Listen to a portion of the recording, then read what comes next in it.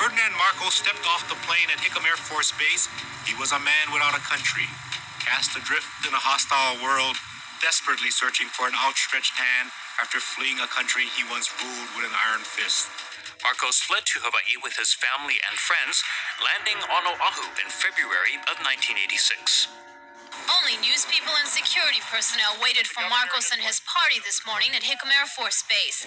Nothing like the throngs of cheering supporters that have greeted the Filipino leader in his previous visits here. The 89 people traveling in the Marcos party made the trip from Guam in an Air Force C-141 that touched down just after 11 this morning.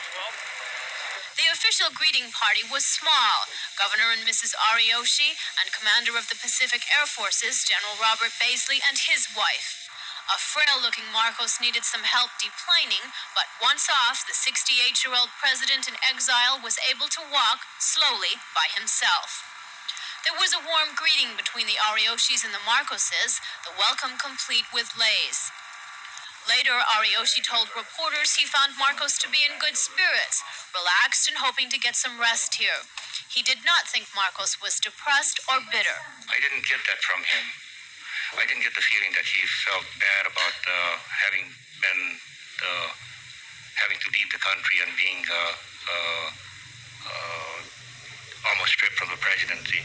I think that he feels that he was happy that things happened without any real bloodshed. He was concerned about Filipinos being turned against Filipinos and lots of bloodshed, and he did not want to see that happen.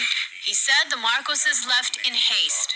The son, for example, pointed out that he didn't have very much the clothing, and one of the daughters indicated to me that that was the only clean clothes that they had. And they got obviously permission to come here, but it was a new place for them. Jim McCoy was a local reporter assigned to the Marcos beat. There was a number of people that supported them here, and there was a number of people that opposed them here. So it was a big story, for weeks and months. My beloved countrymen, I'm now in Hickam Air Force Base. With that, Ferdinand Marcos, his wife Imelda at his side, read what he described as a letter to the Filipino people. It contained Marcos's version of his downfall. He never conceded losing control of the country he ruled for 20 years. This situation came to a point that although I had control of superior military power and several opportunities to employ this military power, the employment of such an overwhelming force, no matter how legitimate, would have resulted in the bloody carnage among innocent civilians. We got the word at some point during the day that they're definitely staying on Hickam that night, so that's when I decided to make a call. I had a very good source in federal law enforcement who I presume was there, and he was there, and that's where I said, anything interesting happened? And he told me about the jewelry in the Pampers boxes. I remember calling the newsroom and saying, do we have video of Pampers boxes coming off the plane? It was reported today that Marcos and his group arrived in Honolulu carrying large amounts of cash, gold, and valuables, and that more items, including land titles and stocks, arrived today from the Philippines. Marie Antoinette. I was not born to nobility. The Marcos family denies any wrongdoing when it comes to the Treasury's theft, but if they didn't take it, where did the money go? And how did they get so rich? Imelda has struggled with that question in many interviews. If some pieces of land you would buy for 1 peso, today it's 2,000 pesos. So even that, things like those appreciate. And then you buy, 25 years ago, I bought a piece of land worth 30 pesos. Now it is 3,000 pesos. 21 years ago, 22 years ago, I bought a piece of land, 50 centavos, and now it's 300, 500 pesos. If you have good investment, things like that will occur, but people do not think that things do, as I said, even age appreciate. Imelda has made claims that the bulk of her husband's fortune originated from an elusive buried treasure known as Yamashita's gold, but the loot's existence has been dismissed by many experts.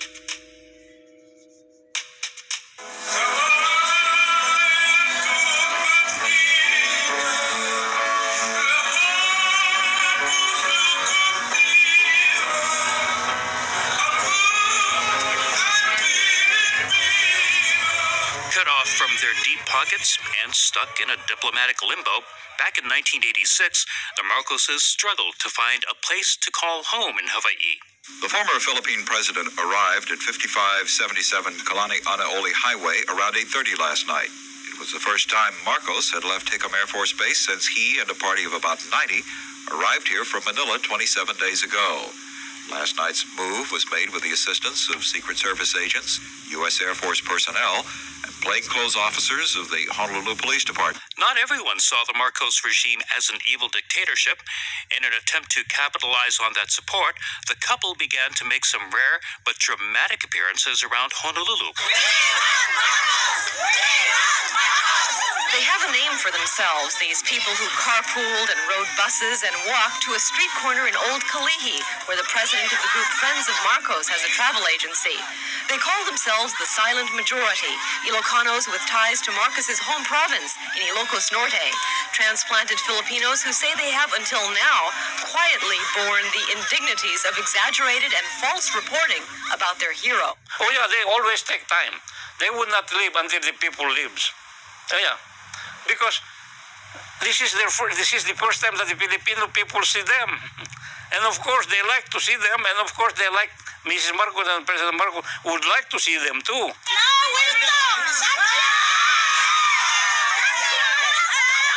Most media really in Hawaii are all for Aquino, pro-Aquinos, not all for Marcos at all. They're wealthy, sure, that's a president. I mean, who doesn't? President Reagan lives in the White House. Nobody, how much you poison our mind, we are still loyal to him. He's the best president the Philippines has ever had. It was a crowd that Imelda Marcos knew would be more than receptive.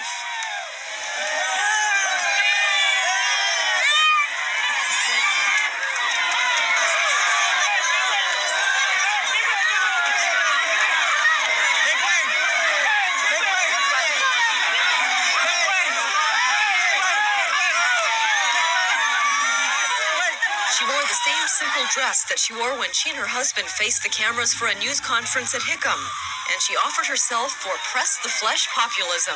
The crowd surged forward to envelop her in support, to comfort her. And when the crowd pressed too close for comfort, supporters moved to protect her, targeting the big TV news cameras first.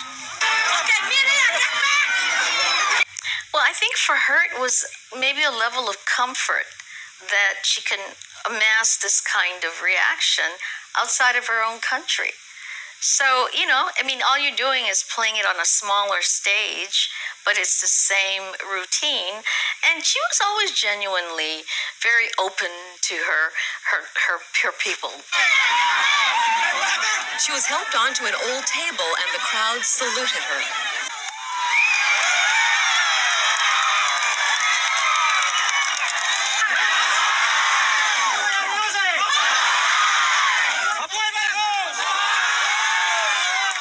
She was not there to talk with reporters, but Newsroom 9 got in a couple of quick questions in the highly charged atmosphere. Ms. Marcos, could you tell me how you feel to be in this country? Homesick. Do you have anything to say to Filipinos here who feel not as happy as these Filipinos?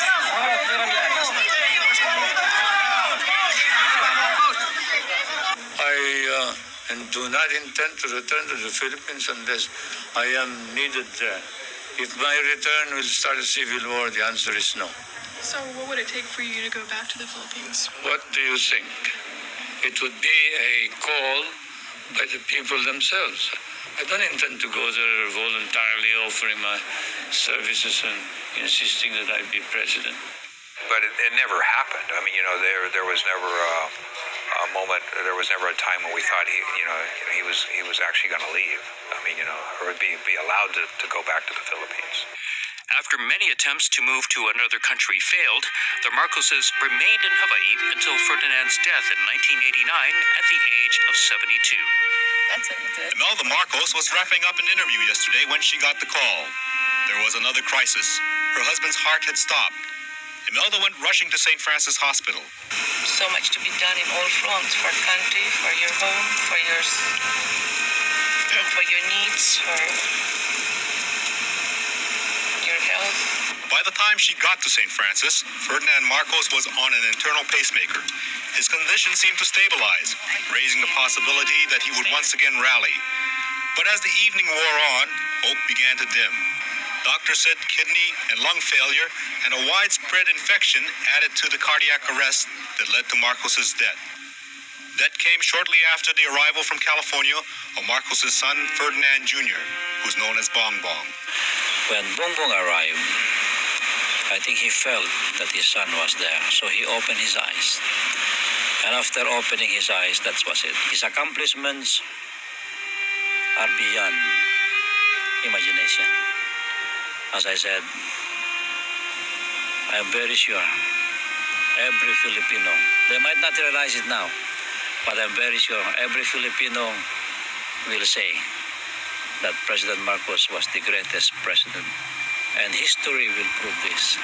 And, she carried herself, I guess like the way Jackie Kennedy did after the president died, American President Kennedy died, She just held her level to that standard, and more so after he died. And you can imagine what was going through her mind and her heart, but she now sort of felt like this is her time to kind of speak for him or to take his place, and she was, she did that.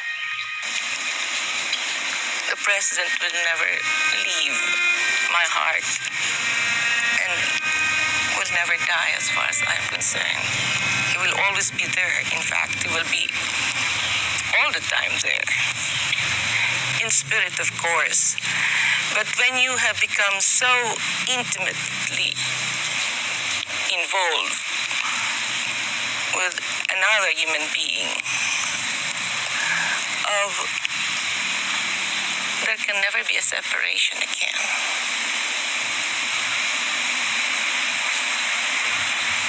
Good afternoon, it's 12:58. You're on KISS AM Radio. It is true, and a lot of people have been in shock about what has happened over the last 8 to 10 hours. This radio station is the only one here that caters to Filipinos. And today its switchboards lit up. Some people were angry that the flags at the Philippine consulate will not be flown at half staff. Since President Marcos was the sixth president and Aquino was only a senator, and they did that to Aquino, why can't they do that to ex-President Marcos? Some say his body should be allowed home. Can we do something about it, or we cannot do nothing? Here in Hawaii, we cannot do anything about it. Following his death, President Corazon Aquino would not allow entry of Marcos's remains into the Philippines. I have always considered only one thing, his wish, the wish of every Filipino to be buried and let the rest in peace in his motherland. So much has happened since the death of Ferdinand Marcos less than 24 hours ago. More recently, his body was made available for viewing as a deluge of reporters was allowed into the Marcos home. Leading the way, Imelda Marcos, still fighting for her husband's right to return to the Philippines. How can you find this man dangerous to security when he is now resting in peace forever? Imelda Marcos now stands alone against criminal charges for allegedly looting her country of billions. She will vindicate herself, she says, once she resolves a long-standing issue of whether Marcos's body can return to his homeland. This is so cruel, so inhuman, and so immoral.